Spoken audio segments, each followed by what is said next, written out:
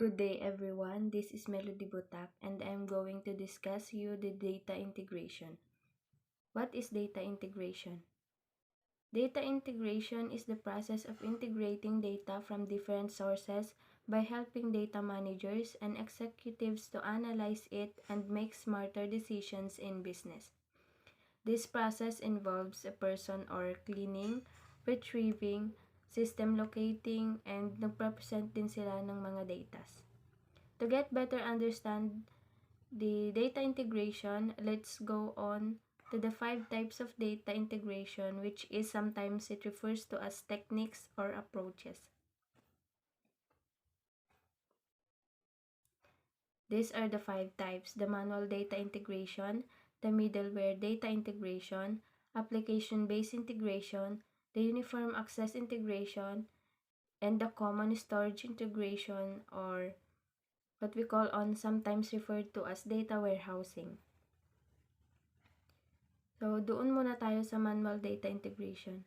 Manual data integration occurs when a data manager manages all the aspects of the integration, normally by writing a custom code.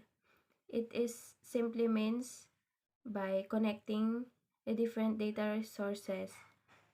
Nagko-collect din sila ng mga datas and kiniklean nila ito and so on without automation. Some of the benefits are reduced costs, which is this technique requires little maintenance and in a typical manner it only integrates a small number of data sources. Next is the greater freedom, which is the user has a total control on the top of the integration. The sum of the cons are less access, which is a manager or a developer must manually deal each integration. The next cons are the difficulty scaling, which is it is for larger projects need manually changing the code for each integration and that takes time. And the last is the greater room for error. Yung manager dito or yung analyst must handle or hinahandle niya dapat yung mga data at each stage. So, next is the middleware data integration. Middleware data integration is a software that connects applications and relocating data between them and databases. Especially convenient ito sa pag-handle kung yung business is integrating stubborn legacy system na may newer ones, as middleware also can act as an interpreter between these systems. Ito yung mga benefits sa middleware data integration. First is the better data streaming. Ang better data streaming is the software that conducts the integration automatically and in the same way each time. Yung isa naman is the easier access between systems. Ang software naman nito ay coded na mag-facilitate ng communication between the systems in the network.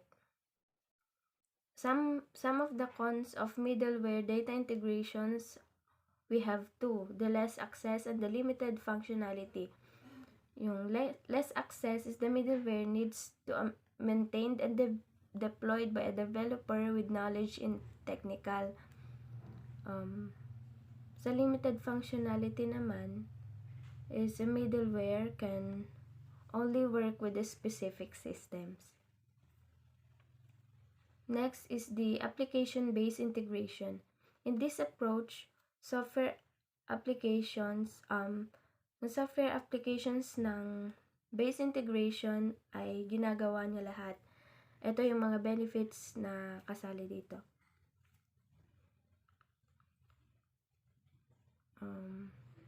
Simplified processes, easier information exchange, and the fewer resources are used.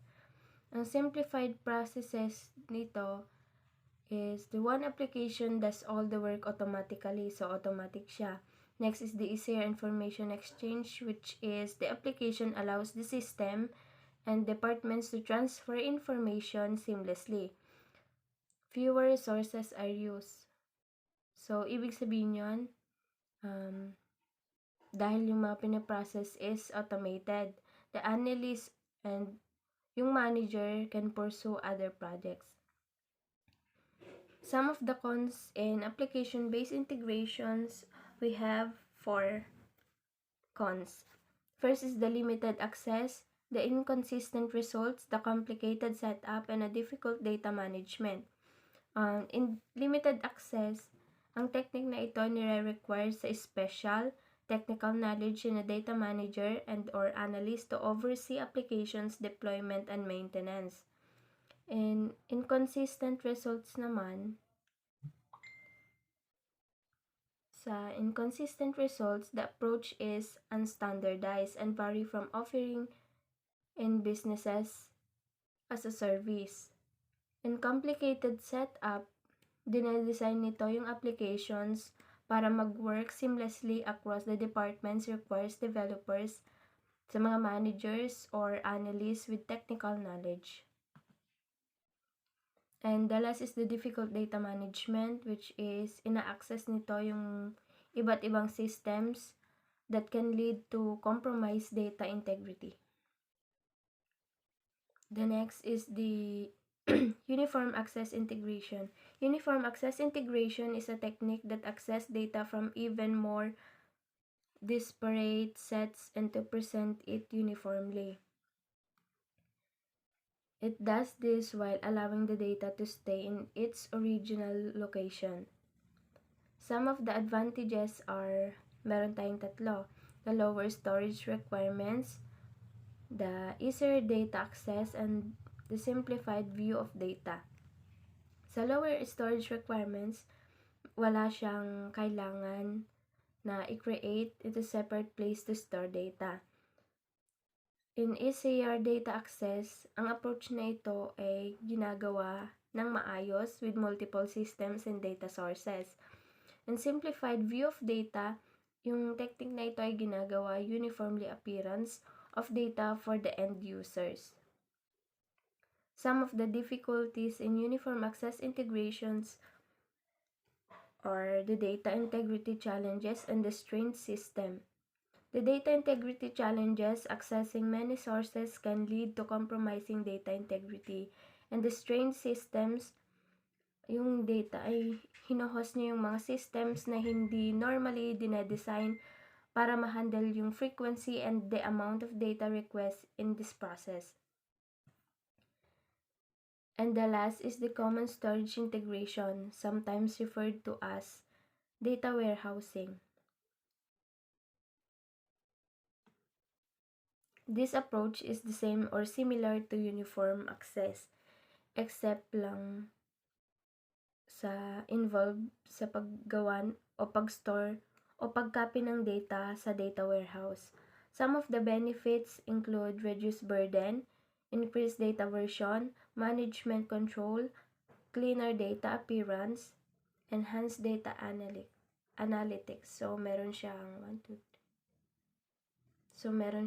5 benefits nakasali dito. Sa reduced burden, this is the host system is not continuously handling data queries. Sa increased data version naman, it access data from one source versus sa multiple unequal sources leads to better data integrity. In cleaner data appearance, the stored copy of data ay inaalaw ng manager or analyst para mapag-run ng maayos yung mga queries while minemaintain nito yung uniformity ng appearance of data. In enhanced data analysis, minemaintain nito yung pag-stored ng mga datas and pag-copy na inaalaw ng manager at analyst to run more sophisticated queries nang hindi nag-worry on compromising the data integrity. Some of the cons include increased storage costs and a higher maintenance cost. In increased storage costs, ito yung paggawa ng copy of the data, meaning finding and paying for a place to store it. And higher maintenance costs, Orchestrating this process, I approach rather, requires technical experts to set up yung mga integration, oversee, and maintain it. The process of data integration development. This integration life cycle is the process of combining data residing at different sources and providing the user with a unified view of data. We have 7 processes which are the access, discovery, cleansing, integration, delivery, development and management, and last is the auditing, monitoring, and reporting. So, doon muna tayo sa access. Data comes from many sources including modern applications, databases, legacy application and systems, various XML messages, and types of documents like spreadsheets, project plans, text documents, and so on. Next is the discovery. It includes bringing all the data sources out into the open and documenting the structures and the uses of poorly understood or described sources.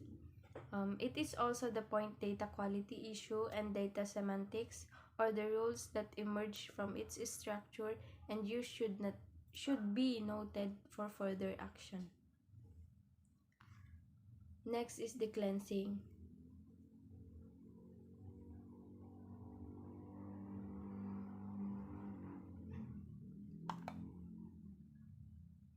The cleansing is the data cleaned up for integrity and accuracy. It involves detecting and correcting errors tulad ng supplying missing value and elements, enforcing data standards, validating data, and purging duplicate entries. Next is the integration. This step involves stabilizing data across all applications and systems accessing their fragmented data, creating an accurate view of their information assets and leveraging those assets to operate business decisions.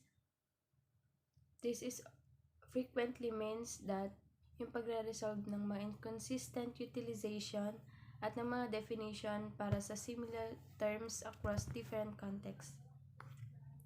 Next is the delivery. Correct and relevant data is made and available in proper form, in a timely way, to all users and applications that need such access.